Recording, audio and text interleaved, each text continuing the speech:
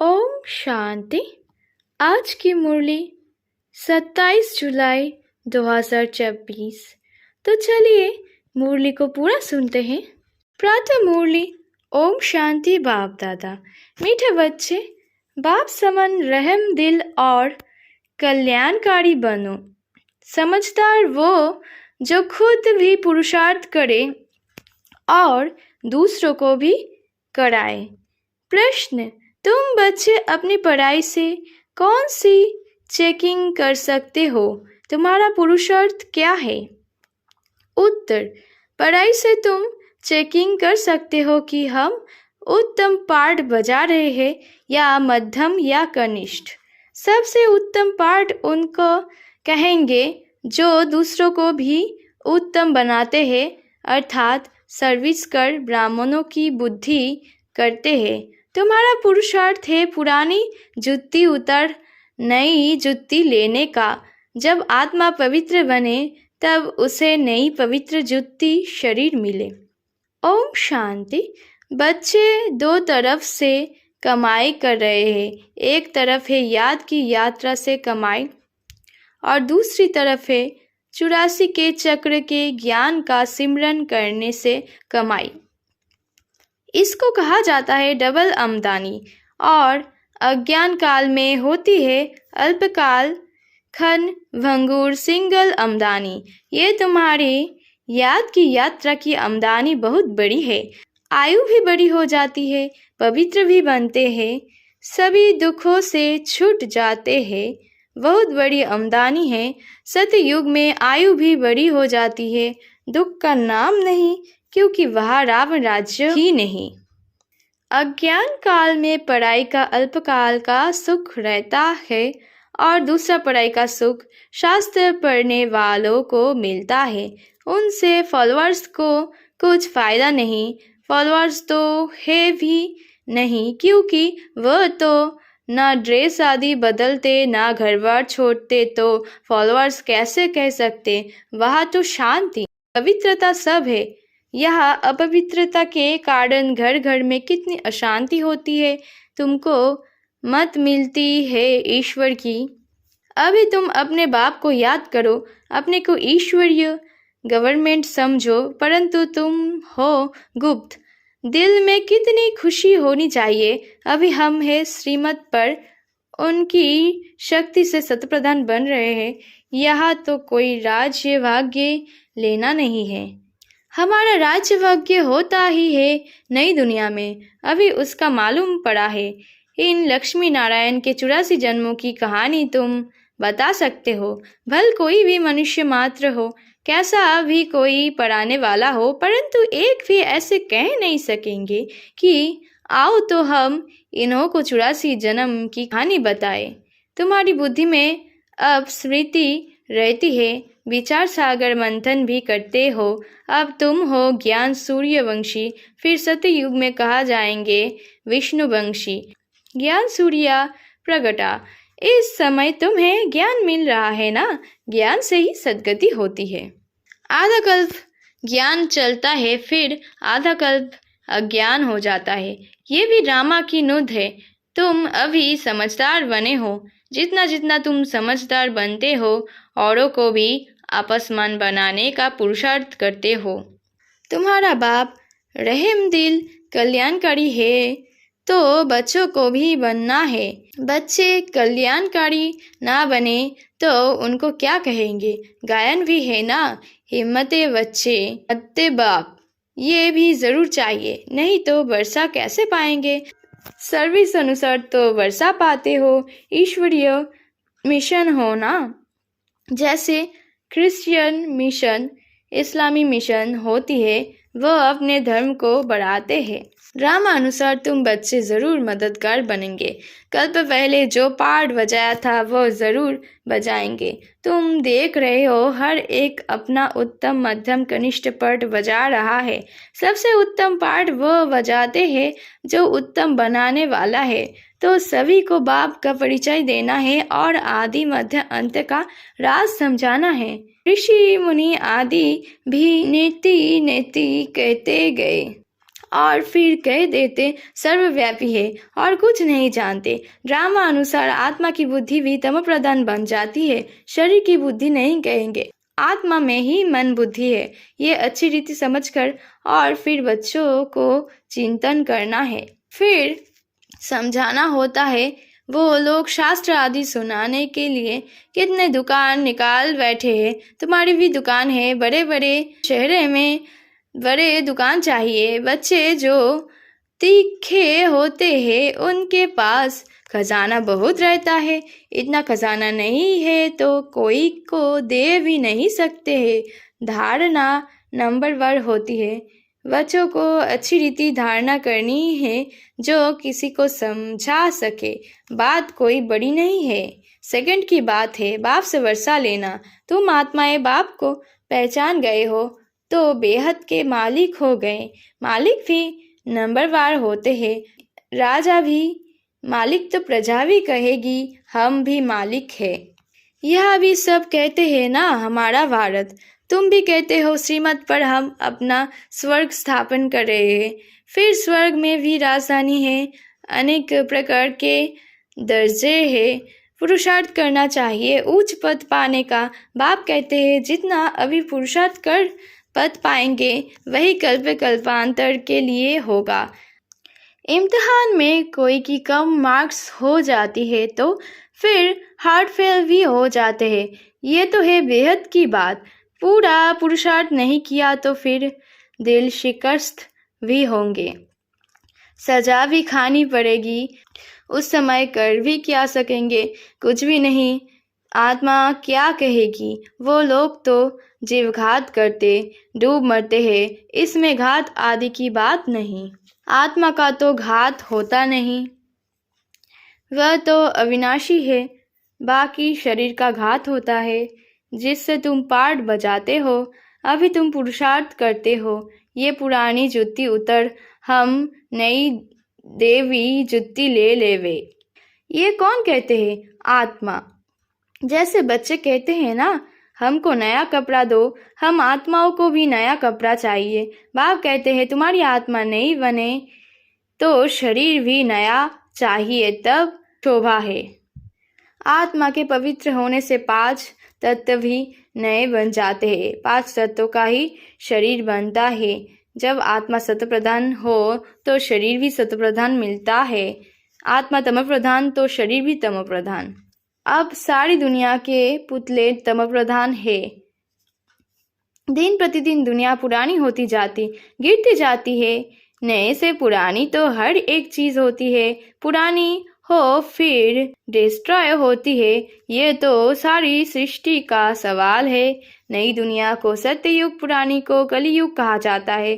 बाकी इस संगम युग का तो किसी को भी पता नहीं। तुम ही जानते हो ये पुरानी दुनिया बदलनी है। अब बेहद का बाप टीचर गुरु है, उनका फरमान है कि पावन बनो। काम जो महाशत्रु है उन पर जीत पहन जगतजीत बनो।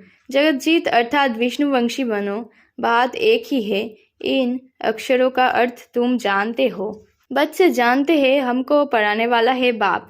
पहले तो ये पक्का निश्चय चाहिए। बच्चा बड़ा होता है तो बाप की याद करना पड़े, फिर टीचर को, फिर गुरु को याद करना पड़े। भिन्न भिन्न समय पर तीनों को याद करेंगे या तो तुमको तीनों ही इकट्ठे एक ही टाइम मिले हैं। बाप टीचर गुरु एक ही है। वो लोग तो वानप्रस्थ का भी अर्थ नहीं समझते। वानप्रस्थ में जाना है इसलिए समझते हैं गुरु करना चाहिए। 60 वर्ष के बाद गुरु करते हैं। ये कायदा अभी ही निकला है। बाप कहते हैं इनके बहुत जन्मों के अंत में वानप्रस्थ अवस्था में मैं इनका सदगुरु बनता हूँ। बाबा कहते हैं 60 वर्ष बाद सदगुरु किया है, जबकि निर्वाण धाम जाने का समय है। बाप आते ही है सबको निर्वाण धाम में ले जाने के लिए। मुक्ति धाम जाकर फिर पाठ बजाने लिए आना है। वानप्रस्थ अवस्था तो बहुतों की होती है, फिर गुरु करते हैं। आजकल तो छोटा बच्चा हुआ उनको भी गुरु करा देते हैं, फिर गुरु को दक्षिणा मिल जाएगी। क्रिश्चियन लोग क्रिश्चियनाइज कराने गोद में जाकर देते हैं, परंतु वो कोई निर्बंधा में जाते नहीं। ये सब राज बाप समझाते हैं। ईश्वर का अंत तो ईश्वर ही बनाएंगे, शुरू से लेकर बतलाते आए हैं। अपना अंत भी देते हैं और सृष्टि का ज्ञान भी देते हैं। ईश्वर खुद आकर आदि सनातन देवी देवता अर्थात स्वर्ग की स्थापना करते हैं। इनका नाम भारत ही चला आता है। गीता में सिर्फ श्री कृष्ण का नाम डाल कितना रोला कर दिया है। ये भी ड्रामा है, हार और जीत का खेल है। इसमें हार जीत कैसे होती है ये बाप बगैर तो कोई बता न सके। ये लक्ष्मी नारायण भी नहीं जानते कि हमको फिर हार खानी है। ये तो सिर्फ तुम ब्राह्मण ही जानते हो, शूद्र भी नहीं जानते। बाप ही आकर तुमको ब्राह्मण से देवता बनाते हैं। हम सो का अर्थ बिल्कुल अलग है। ओम का अर्थ अलग है। मनुष्य तो बगैर अर्थ जो आया वो कह देते हैं। अभी तुम जानते हो कि कैसे नीचे गिरते हैं फिर पढ़ते हैं।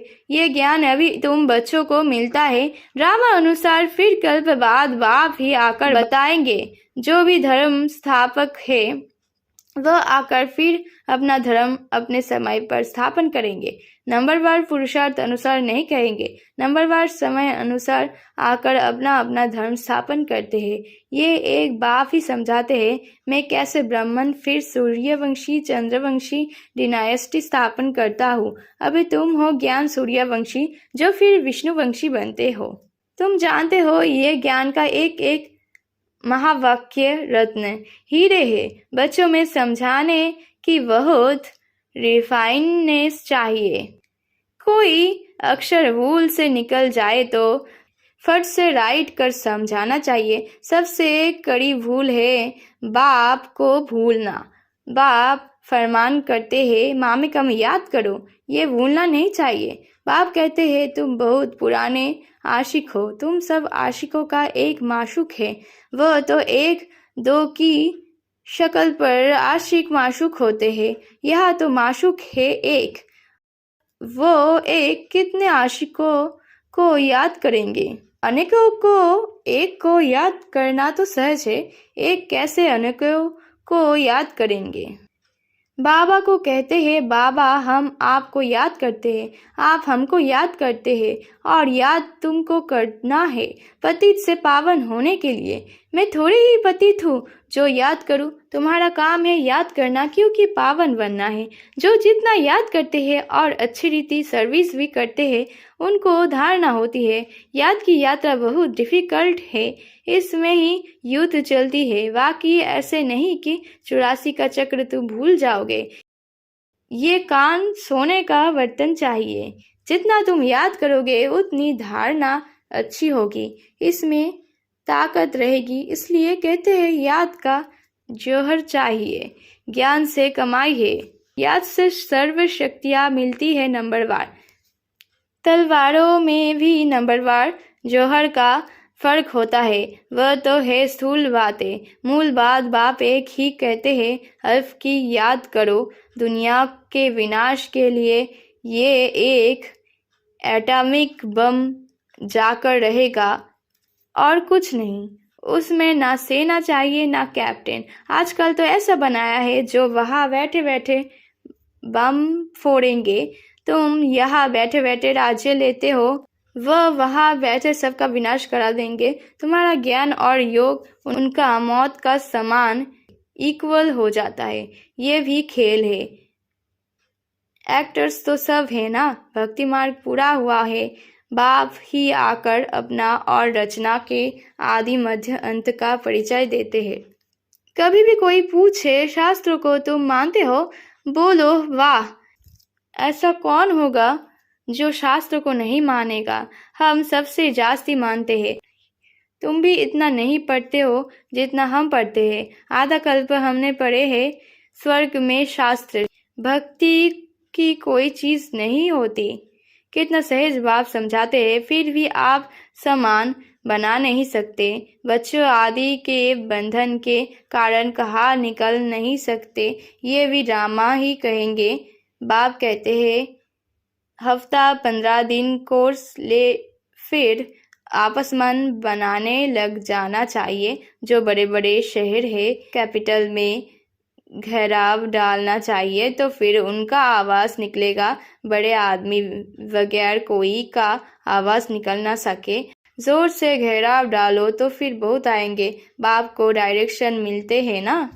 अच्छा, मीठे मीठे सिकिलधे बच्चों प्रति माता पिता बाप दादा का याद प्यार और गुड मॉर्निंग। रूहानी बाप की रूहानी बच्चों को नमस्ते। धारणा के लिए मुख्य सार, ज्ञान और योग से अपनी बुद्धि को रिफाइन बनाना है। बाप को भूलने की भूल कभी नहीं करनी है। आशिक बन माशूक को याद करना है। बंधन मुक्त बन आप समान बनने की सेवा करनी है। उच्च पद पाने का पुरुषार्थ करना है। पुरुषार्थ में कभी दिल शिकस्त नहीं बनना है। आज की वरदान 1 मिनट की एकाग्र स्थिति द्वारा शक्तिशाली अनुभव करने कराने वाले एकांतवासी भव। एकांतवासी बनना अर्थात कोई भी एक शक्तिशाली स्थिति में स्थित होना, चाहे वेज रूप स्थिति में स्थित हो जाओ या चाहे लाइट माइट हाउस की स्थिति में स्थित हो, विषय को लाइट माइट दो। चाहे फरिश्तेपन की स्थिति द्वारा औरों को अव्यक्त स्थिति का अनुभव कराओ। 1 सेकंड या 1 मिनट भी अगर इस स्थिति में एकाग्र हो स्थित हो जाओ तो स्वयं को और अन्य आत्माओं को बहुत लाभ दे सकते हो। सिर्फ इसकी प्रैक्टिस चाहिए। आज की स्लोगन, ब्रह्मचारी वह है जिसके हर संकल्प हर बोल में पवित्रता का वाइब्रेशन समाया हुआ है। ओम शांति।